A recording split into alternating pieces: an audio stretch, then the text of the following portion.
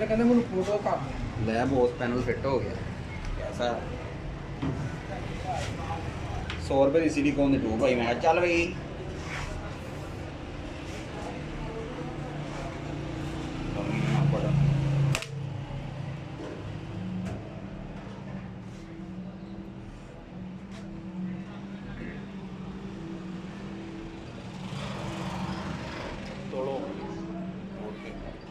तोड़ो जाना